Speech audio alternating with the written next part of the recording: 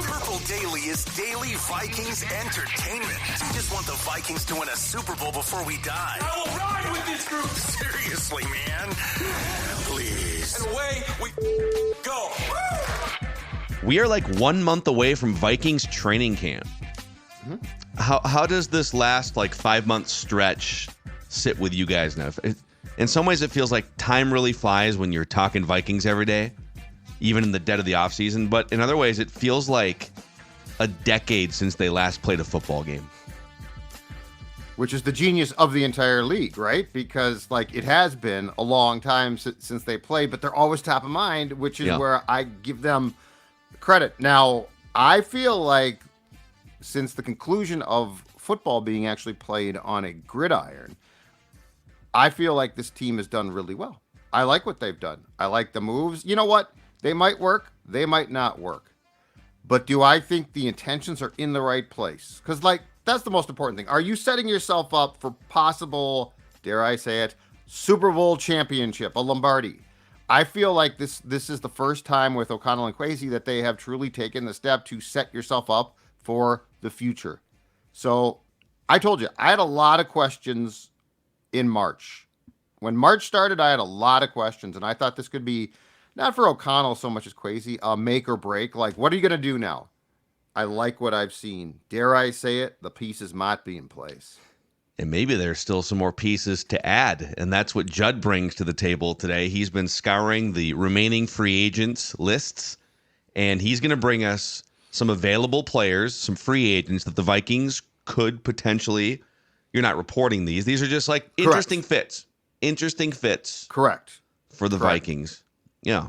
I went through lists of certain positions because at first I thought I'm going to do like a top 10 guys left, right? Free agent possibilities. And then I'm like, but they've got a lot of positions sort of solved. Like they're not going to arbitrarily bring in a safety. Hey, let's just bring in a safety, right? So this is going to be wide receivers because the third wide receiver very much in question.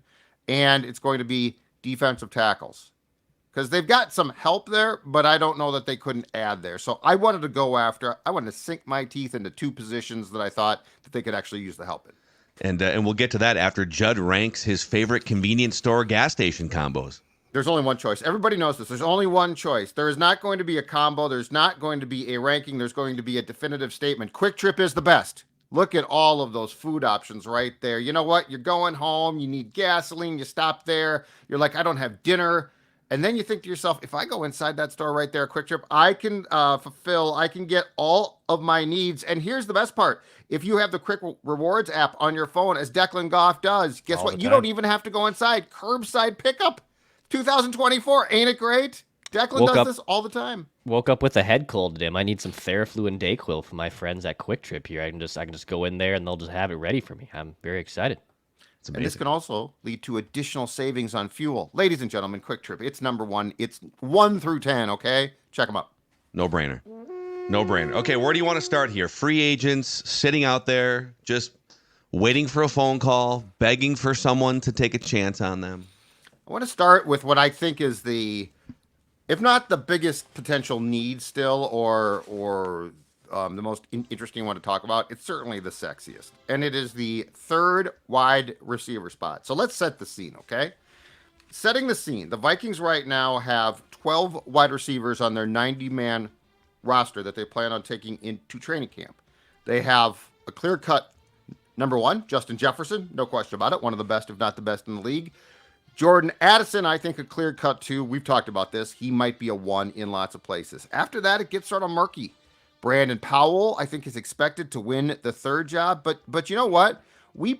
A year ago at this time, we all just assumed, well, KJ Osborne is the third guy, right? He sort of had a wonky season. He's gone now. I don't know that Brandon Powell is a better receiver than KJ was. So I think to assume the same thing might be us not learning from our past mistakes.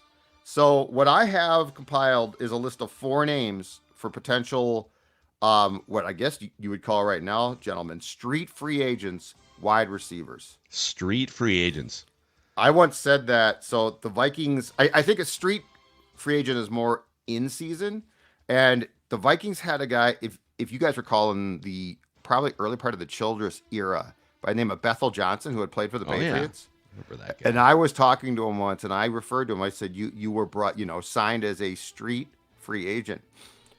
He's very offended. What is that? Why do we need the word street? It sounds like they're like homeless or something, you know? But they are because they want jobs and they couldn't find them, and so they get signed like way later. What about a couch free agent? That's fair too. Gridiron free agent, just a guy that lives on a football field, just waiting for an opportunity. Well, I think that's all football players, right? So like a street street, guy, with the street like free March, agent, I don't know what March, that is. March. You ain't a street. You are marquee potentially. Couch is fair. Yeah, I understand. Is it you said Bethel Johnson, right? Yep. I side with Bethel Johnson on this. The word street is is unnecessary. He's a free agent. He's a free agent. Yeah, well, these guys are also free agents. Who's the first one on the list? Number 1, Michael Thomas from the Saints. 31, he is still out there. Now, you might recall in 2019 and 16 games, he had an unbelievable, phenomenal season. 149 receptions, 1,725 yards, 9 touchdowns. He missed all of 2021 because of an ankle injury. He dealt with a foot injury in 2022, and he hurt his knee actually at US Bank Stadium against the Vikings last season. Yeah. His numbers were down to, in 10 games because of injuries last year, 39 catches, 448 yards, and 1 touchdown. But keep in mind, 2 things here. 1, you're not bringing him in to be a 1 or 2. This is a 3. And the other thing that's important that I dug deep on is the names I'm about to mention. Can they also block? Because if you can't block and you're a 3, you can't be on this team. He is what I found described as a willing run blocker. So probably the highest, as far as the names go, probably the name that everyone recognizes immediately, 31-year-old Michael Thomas, who is still searching for a job. I mean, he used to be one of the best wide receivers in the league, 5 years ago now when he was. The fact that he's in his 30s and he had the ankle stuff was what kept him off the field for, the better part of 2 years. So definitely as a number 3, I would consider, and that's the list of the state of Michael Thomas. But yeah, you listed the numbers from 2019. He had that 2-year stretch in the Drew Brees, Sean Payton offense. 2 years where he combined for 275 catches, right? Is my math right? 100, yeah, like 275 catches. Yeah, phenomenal. And over 3,100 yards, 18 touchdowns. He was premier, man. He was like number 1 fantasy scorer. Interesting. If he has some gas in the tank, I would strongly consider this. Yep. And again, the role here would be, far different. It's not like you're signing him on a wing and a prayer that he can come back and be himself again. Yeah. But he would definitely, and I guess the question is this: any of the names I mentioned, can they legitimately compete and beat out Brandon Powell? Right? If Michael Thomas comes in healthy, I think he's got a good chance. All right, the second name, 28-year-old Hunter Renfrow from the Raiders. He's played 5 years. Best year again came in 2021. 17 games, 103 catches, 1,038 receiving yards, and 9 touchdowns. Last year, only 3 starts in 17 games, only 25 catches for 255 yards. Really has dropped off the table because in 2022 he had 36 catches. He's a slot guy, but the problem here is not really a good run blocker. So at first it sounds great, like, oh yeah, a slot guy. This guy put up big statistics, but his numbers have declined, and I don't know if he can do the job of a third receiver effectively, which would probably play with and or limit his playing time. Yeah, because you're gonna be running the football out of 3 wide receiver sets, and if you have a guy out there, so I pulled up the PFF on Hunter Renfrow last year on a 0 to 100 scale in run blocking. Yep.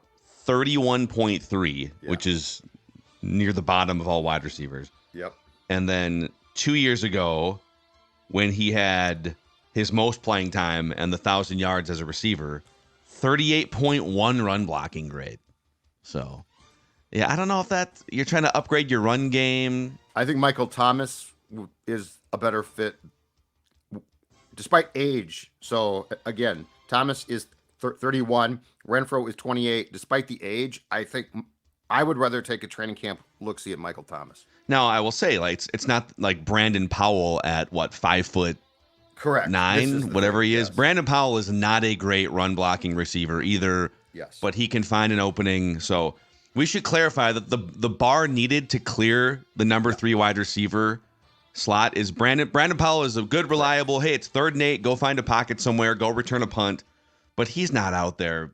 He's not Deebo Samuel in the run game. So, yeah, it's not the highest bar to clear. Yep. And he still makes the team. Like we're not trying to replace him, but I think we have assumptions, and certainly did a year ago with KJ, that, oh, man, this guy can be the 3rd guy. He's great. And it's not that simple. So, yes, the question is, can you meet and or preferably exceed Powell? And also, you would just knock Powell back a spot, which is he probably should be a 4. Like, that doesn't mean he doesn't play. That doesn't mean he sucks. But these are just options. All right, let's go to the geriatric bin. I'm going to go to the old folks football home. Oh, boy. And I'm going to pick up in my van 35-year-old Julio Jones. Whoa. Who has played 13 years, remains on the market, was a Philadelphia Eagle for a portion of last year. First of all, he is a good run blocker. This is interesting, okay? So I think we think of him and we're like, whoa, the stats. But he is a willing and effective run blocker. He's huge. He's got, yeah. Yep. To go back to find his best year, it's 2015 with the Falcons. So it's a long time ago. In 16 games, 136 catches, 1,871 yards, 8 touchdowns. Last year, with the Eagles, 11 games, 11 catches, 74 yards, 3 touchdowns. The last 3 years, he has bounced from the Titans to the Buccaneers to the Eagles, and he was an in-season pickup type of guy. So I don't even know if he would come to camp. Does he potentially intrigue me as a 3 on a very cheap contract for a year? I gotta say, I think I would, after doing this project, I think I would probably kick the tires on him with his game before I would on Renfrow. Boy, interesting. He's ancient, man. He's been on 4 teams in 4 years. At his peak, he's one of the greatest receivers of the last 25 years. Mm-hmm.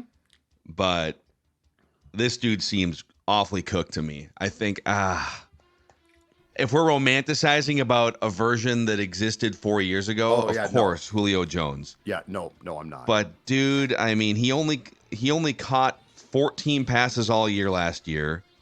I don't know. Age, once you start getting over 30, he's 35. I can't do it. I can't do it on Julio Jones. I'm probably out. Okay. Right now, I'm going Thomas, Jones, Renfrow. And then the last one, well, the last notable name, and I did the background on this, and he is cooked. So I'm dismissing him immediately, but I'm going to share him. Randall Cobb. 33, okay. Yeah. 13 years in. Now, Aaron Rodgers, his buddy, did get hurt in the opener last year. But Randall Cobb did nothing. He played in 11 games, 5 catches, 39 yards, a touchdown. He is more of a slot guy. I think he's completely washed, though. Unless there's some, year after being with the horse bleep Jets, which I don't think. So my 3 here are Thomas, Jones, Renfrow. I think if you could take a look at Thomas cheap, I'd be very curious. Yeah, I would rank them Michael Thomas 1, Hunter Renfrow 2. I'm good on both Julio Jones and Randall Cobb. I don't need dudes who are 35 years old running around trying to. By the way, coming in late, I don't know. I get why they're coming in late. They're sleeping old. In. They're 35-year-old. You're old. You're too old. They're on the couch. So this is a 2-receiver list for me, Michael Thomas. And then a level down would be Hunter Renfrow, I guess. We're also on Purple Daily on Draft Day going to rank all the internal wide receiver options for the wide receiver 3 position that are on the roster. So which guy internally has the best chance to climb up and maybe surprise and grab that job for the wide receiver 3? Yeah, it's wide open. Who wants it? Who's grinding at the facility right now on June 24th? I honestly think that if someone was going to grab it, that Jalen Naylor had or has a really good chance, but the problem is he can't stay on the field. And I mean, O'Connell came out at the end of the offseason program and talked about that. And for O'Connell to talk about that, that's a message. But I think skill-wise, and Phil, we've seen him in training camp practices. Like, there are times where you're like, whoa, this guy's got some skill. But then inevitably he comes down and wrenches his knee, or he pulls a hamstring or something. I think he would be the clear-cut guy to beat out Powell, except for the fact that in his time here, he has never proven he can stay on the field. Yeah, I mean, until I see it with my own two eyes, I don't know. I'm not on the Jalen Naylor train like you are, I guess. I would be, but I can't be yet. He's got to stay healthy. You got to stay on the field. I put him in the same mythical bin as I put Bryan Asamoah a year ago. Yep. Where it's just like, I don't know, everyone thinks that there's more there, there's something there, but I don't know. If the team doesn't trust it, if he can't stay on the field, if the team doesn't see something, I'm out. All right, so those are your wide receivers. I don't blame you too. I'm on your side, but what I'm saying is I think if the guy ever stayed on the field, that this whole thing might clear itself up quickly. It just won't, unfortunately. And I'm saying even if he can stay on the field, I don't know. I'm not sure. Okay. I'm not sure. Not sure he's the guy. I'm not sure he's an explosive number 3 receiver. Mm-hmm. So, okay, defensive tackles? Yes. Interior defensive line in a 3-4. So just that guy who's going to plug up the gap, who's going to stop the run, who's going to give you a presence. Now they did acquire Jerry Tillery, a former first-round pick of the Chargers, who I think bounced to the Raiders last year. And so he would be on this type of list. And a year from now, he might be if he does not succeed here. But anyway, let's start with a 29-year-old rotational player. But in this case, that's not terrible. Like, if you're a rotational guy, that's fine. Hasan Ridgeway, okay, who at one time was a starter for the San Francisco 49ers. He was with Houston last year.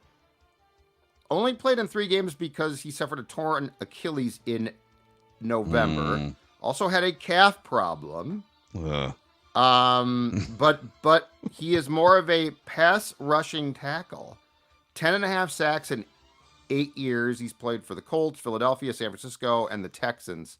When did he tear his Achilles? Last November. So right around the same time that Kirk did. So he's probably out for the year, right? He's like a 300-pounder with a torn Achilles. Big tree fall hard, man. I don't know. I don't know about that. All I'm saying is this is a guy. Look, I'm grinding through street free agents here. Okay, I'm not. I know. I'm not bringing you Aaron Donald. I'm not trying to kill the messenger. I'm just. You're putting the names out that are available, and I'm telling you, I don't know if I trust a 30-year-old 300-pounder that tore his Achilles like 7 months ago. I have not given you a name I trust so far. I'm not exactly. There's not a big trust tree here. The fact that he was considered a pass rushing tackle does intrigue me a bit. Yes, the injury scares me. He is 29. He is 6'3", 305 pounds. So yes, there is reason to be concerned. But he is a guy, too, that if he is on the right track to recovery for a team that really doesn't have much there, might be at some point in time in 2024 worth a look-see. Yeah, even when he was healthy, not to keep belaboring the point here, he was with 4 teams over the course of like 8 years. He played 1,000 pass rush snaps in his career before his torn Achilles. 1,000. Mm-hmm. He had 59 pressures and 12 sacks over 8 years. So, I need Jerry Tillery to step up before some of these guys. But let's keep digging through the bin. Let's keep going through. And defensive tackle, too, if you're good, you're gone right now. So I am literally in the football trash bin trying to find stuff here. Yeah, we're trying to see. Hey, this shirt looks like it's only got 2 tears in it. Yeah. Hey. As a guy who, listen, my wife and we are known to go antiquing once in a while. love You're bouncing antiquing. around on a Saturday, Sunday. I love I interesting. don't know if antiquing is the right word, but I'm like not go into these. antiquing here. Like antiquing's nice. You could find some gems. Are you talking about like the things like I used to live in the North Loop too? Like you know how Prize Brewery will have like those little pop up thrift things? Is that type of stuff you're looking for? Are you talking about Thrift, like going to thrift like is probably a better word than antiquing, Okay. but either there's antique stores, there's thrift stores, or vintage. There's vintage Yeah. stores. like even like estate sales? Like do you ever go into an Yep. estate sale? Yeah, that's- same We've type of dabbled. thing, right? We've dabbled. Oh, you can find some good baseball stuff there. Baseball cards, baseball statues. Estate sales are great. I'm putting the 30-year-old coming out who's been with 14 teams in 8 Yeah. years with a torn Achilles. I'm putting him in the thrift store bin. You know what? I'm sifting through the old jerseys. Let's call. There's a Wally Zerbiak jersey from 1999. Let's call a spade a spade. I am going through a list of guys who are on the lawn, on the edge of the lawn in front of a house with a sign that says free, take it if you want it. Okay? Like Okay. let's not like thrifting, you're shopping a little bit. I feel like this isn't shopping. I feel like this is literally Where do you think I got the Hall & Oates Bandcamp t-shirt? Yes. You know? But Anyway, antiquing is great. Love downtown Hopkins, yeah. Declan's Town.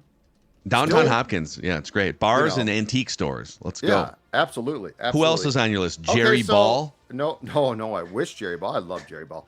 A nose tackle Bryan Mone, 6'3", 345 pounds. Spent 4 years with the Seahawks. The upside, he's 28, so he's not not too old yet.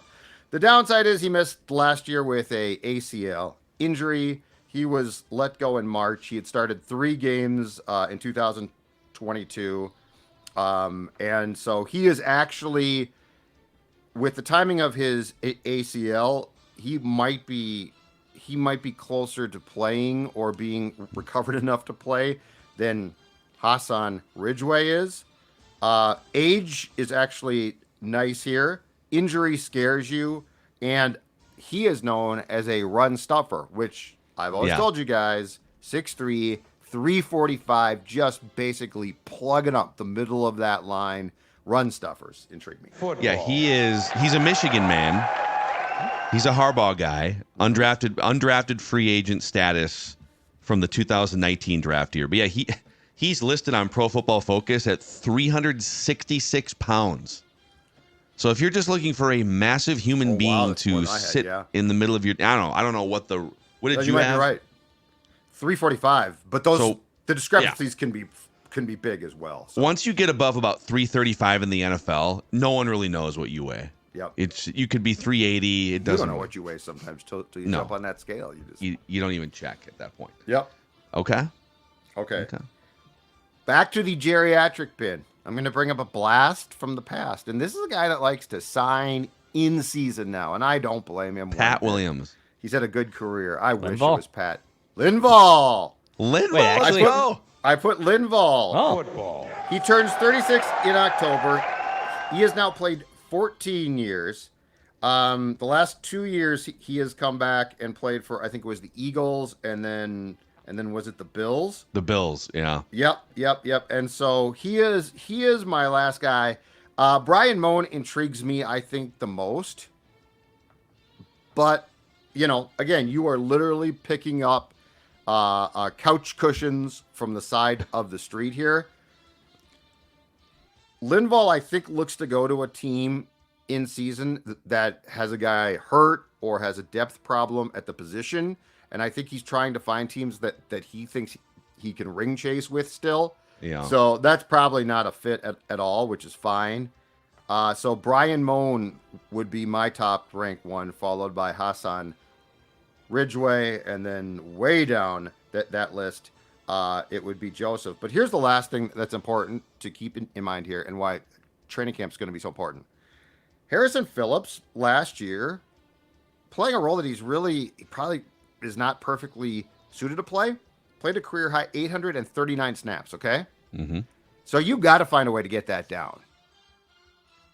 I think you want to get that down. I think you have to find. So I don't know if it's Tillery, Roy, a guy coming off the street. Jaquelin Roy would be these like 20, 28, 29-year-old guys, or these 36-year-olds like Linval that have been around. Yep. It would be nice if, like a mid-round draft pick from the SEC at age 23 or whatever, 24, would step up and take that job.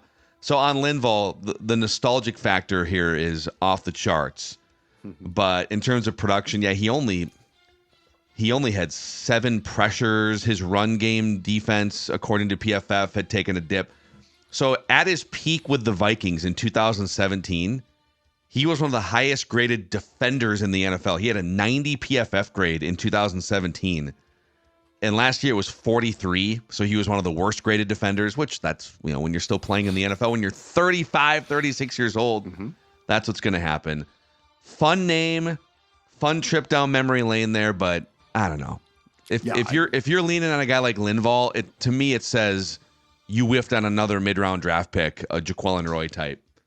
So I'm in the hey, after hearing these names, Jaquelin, step it up. Come on, guy, step up.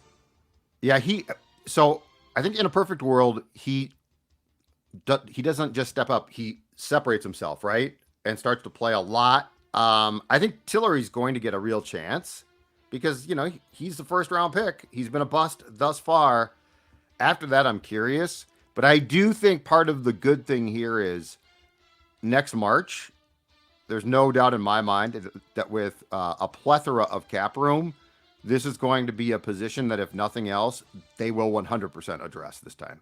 On Tillery for a second. So, yes, he was the 28th overall pick in the 2019 draft. Notre Dame, 6'6", 300 pounds. Looked the part.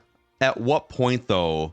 So he's been in the NFL now. This is his 6th season. This is his 3rd team.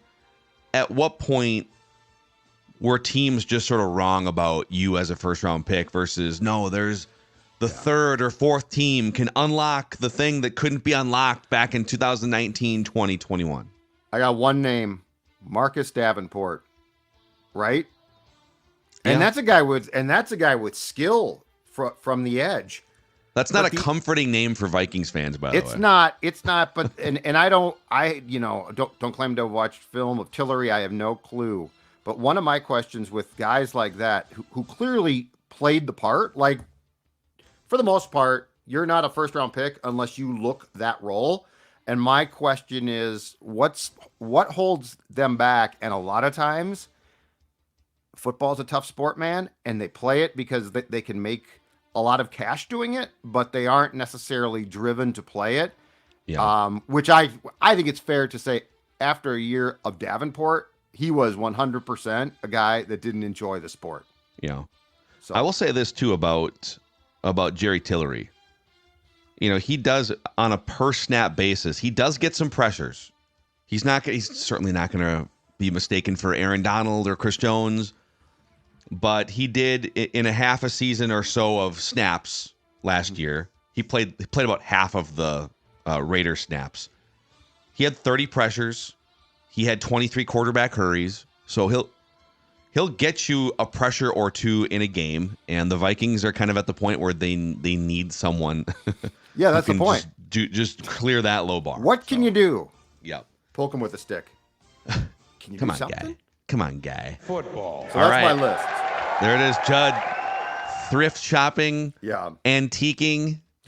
Estate sale shopping. I'm telling you, I'm driving around with my caravan, and the hatch is up, and I'm just throwing whatever I can find on the side of the street. Hey, a TV from 1996. This might work. Oh man. Hey, we're gonna do at least one hard count topic where we go around the NFL and find things in the headlines after we say hello to AG1 here. So AG1 is all about giving you a boost throughout your day, throughout your week. I discovered AG1 products, I don't know, 7 years ago or so. And AG1, each scoop of AG1 contains whole food sourced ingredients that support gut health, focus, immune health, and more. Trusted by top athletes all over the world and top podcasters. I don't even know if I would consider myself that. And a guy with a microphone. AG1 is a simple and comprehensive foundational nutrition supplement for whole body health. It helps me fill my nutrition gaps, and there are many, so that I can focus on things that matter, like delivering hot takes about Jerry Tillery on Purple Daily. So if you want to take ownership of your health, it starts with AG1. You can try AG1 and get a free 1-year supply of vitamin D3K2 and 5 free AG1 travel packs. I've gone from the scoop to the travel packs. Just mix it with your water. Boom, morning or afternoon. Go to drinkag1.com/purple daily. That's drinkag1.com/purple daily to check it out. Nicolay Law is here as the exclusive personal injury law firm of Purple Daily. They know that when you or a loved one gets injured, ordinary life can come to a stop. In fact, Russell Nicolay, he's been around the block and around the stadium a time or two in his career. And he and his team know how to get you the compensation you deserve after an accident. They are local. They are proud to live and serve in the communities around the Twin Cities, and they are here again to help you if you've been injured. Get Minnesota's local award-winning injury lawyers. Get Nicolay at nicolaylaw.com or 1-855-NICOLAY. Hard count time. Green 18! Green 18! Last week, Chris Sims put out his top 40 full list of quarterback rankings. He unveiled, 5 a day or something over the course of June. So I'm just gonna go through this. You guys tell me or stop me when I get to one that raises your eyebrow, where you're like, I don't know about that one.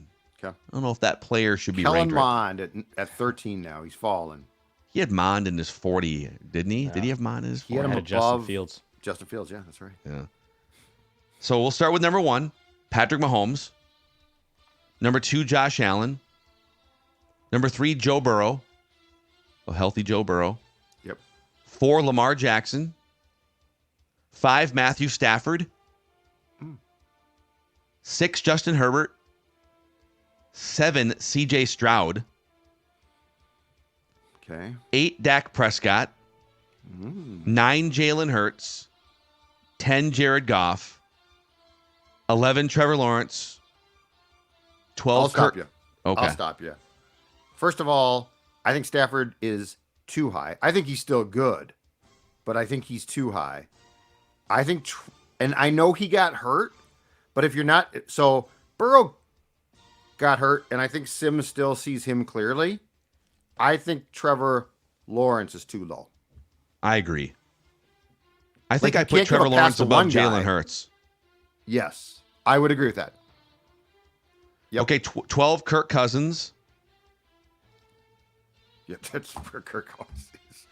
I don't know if I put him that high. I mean, Yeah. Kirk or Aaron Rodgers coming off an Achilles. It's like, and Aaron gets more time. 13, Jordan Love. 14, Aaron Rodgers. 15, Baker Mayfield. 16, Kyler Murray.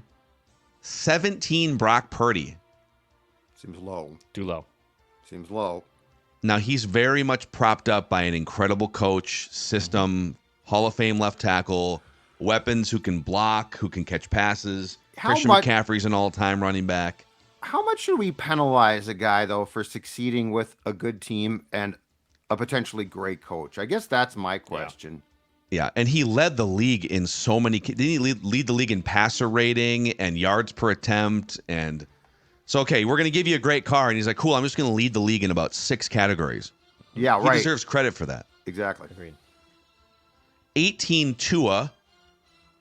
It's another one that's, it's so Chris Sims is saying, I wonder if this is a little bit of Chris Sims digging back into his own archives, his own experience, maybe blaming bad systems for his failures as an NFL quarterback.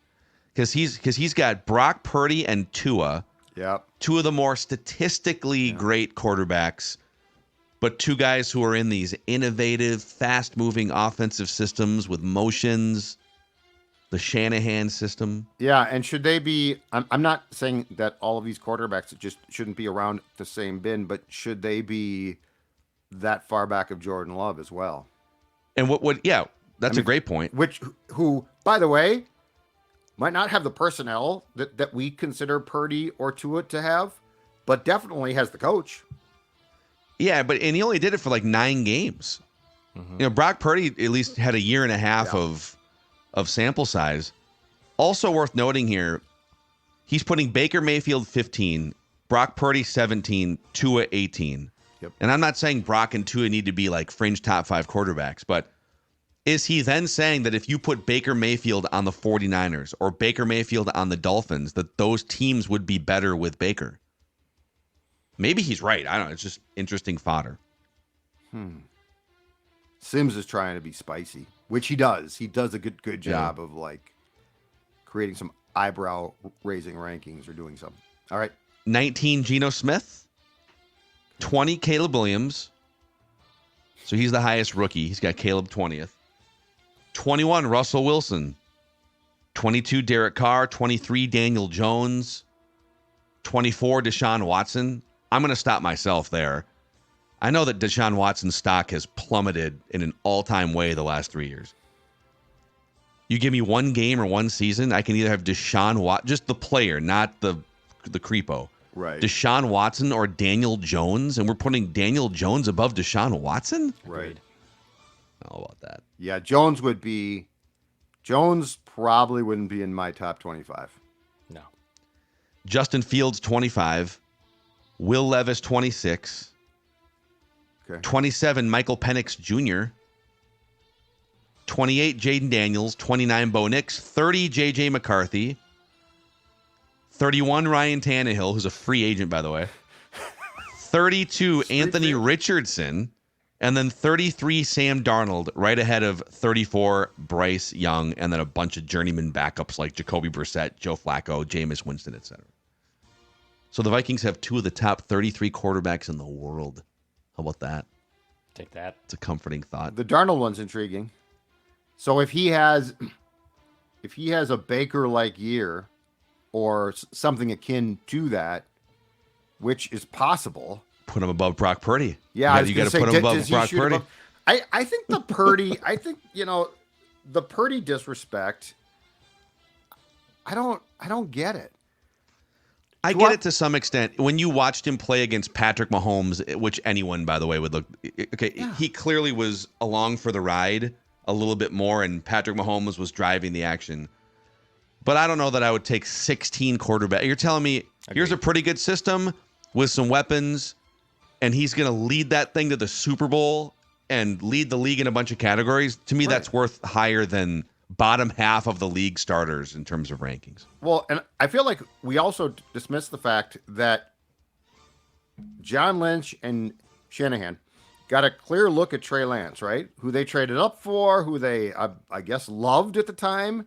They took a look at him and said, he can't drive this car. Now, it was a terrible pick, but a brilliant call to bail, because if you're wrong, just admit that you're wrong. Don't compound the mistake. But all of that being said, then they looked at Brock and said he can. Like, I don't feel like Purdy gets credit for being told, hey, look, this car, it's a high octane, hard to drive, operates with an efficiency. And if you do it right, it's going to be great. But I mean, they literally took a guy that they had deemed to be the guy that could drive that car for, let's say, 10 years. And they bailed. And then Purdy drives it, and it's like, oh, come on, that's so simple. I just think it's an unfair assumption that anyone could drive that car, which is to me what the Purdy disrespect is. It's like, oh yeah, anyone could do that. I also think there's a little bit of an element of all of the, like Chris Sims does quarterback evaluations out of college, and all these guys do. All these teams do. Everyone whiffed on Brock Purdy as a top quarterback prospect. Correct. He's like a diet Tom Brady in that regard, where holy crap, this guy that's capable of leading the league in categories and taking a team to the Super Bowl fell all the way to the 7th round. In Brady's case, the 6th round. I'm not directly comparing those two. Brady's an all-time great. Purdy, we'll see what happens with him going forward. But is there some of the, if you're Chris Sims and you completely missed on the college evaluation, like everybody else did, I'm not like singling him out. Yeah. Is it now harder for you after grinding all that tape to come around and be like, okay, I guess he's a top 10 quarterback and I missed it out of college? There might be some ego at play here. That's all I'm saying. It feels like an overall slander, though. It feels like a league-wide slander. Yeah, and all you can do is wake up and put a picture of Chris Sims on your bathroom mirror if you're Brock Purdy, crumple it like Rocky, Ivan Drago. I don't think I'll do that. Hey, if you're a business owner out there, make sure you have a game plan in place to stay focused on safety and preventing claims. These are things that maybe you aren't thinking about every day, but can definitely have a huge impact on your business. Let the team at Federated support your business. Federated Insurance offers a customizable lineup of industry-specific coverages and risk management services to help you continue your winning streak as a business owner. At Federated Mutual Insurance Company, it's our business to protect yours. You can find out more at federatedinsurance.com. So there it is. We went antiquing. We went thrift shopping. We gave you some quarterback rankings. We're just getting started here on June 24th. This is a daily Viking show. We've got all sorts of things to rank over the next few weeks. We've got snake drafts on Fridays, and Vikings training camp is less than a month away, gentlemen. The snake drafts are very controversial. Very controversial. I had a runaway victory in the poll this week. Yes, you did. That's right. Yes, you did. I'd love to eat some oysters and ahi tuna crisps in Grand Marais someday. Grand Marais. Yep. No, Grand Marais is great. I felt we all won. Lanesboro got some love. People are like, I felt we all won. We all won. Very subjective. Yeah. You know, it's a very, I felt, but it's just controversial. You get a lot of, there's a lot of very passionate takes about towns in the state. Right. Yeah. And we've probably had 20 more recommendations for snake drafts. We'll add them to the list. Yeah. Keep them coming. Email them to us. YouTube comment section. Okay, we'll see you guys tomorrow. Daily Vikings Entertainment. We just want the Vikings to win a Super Bowl before we die.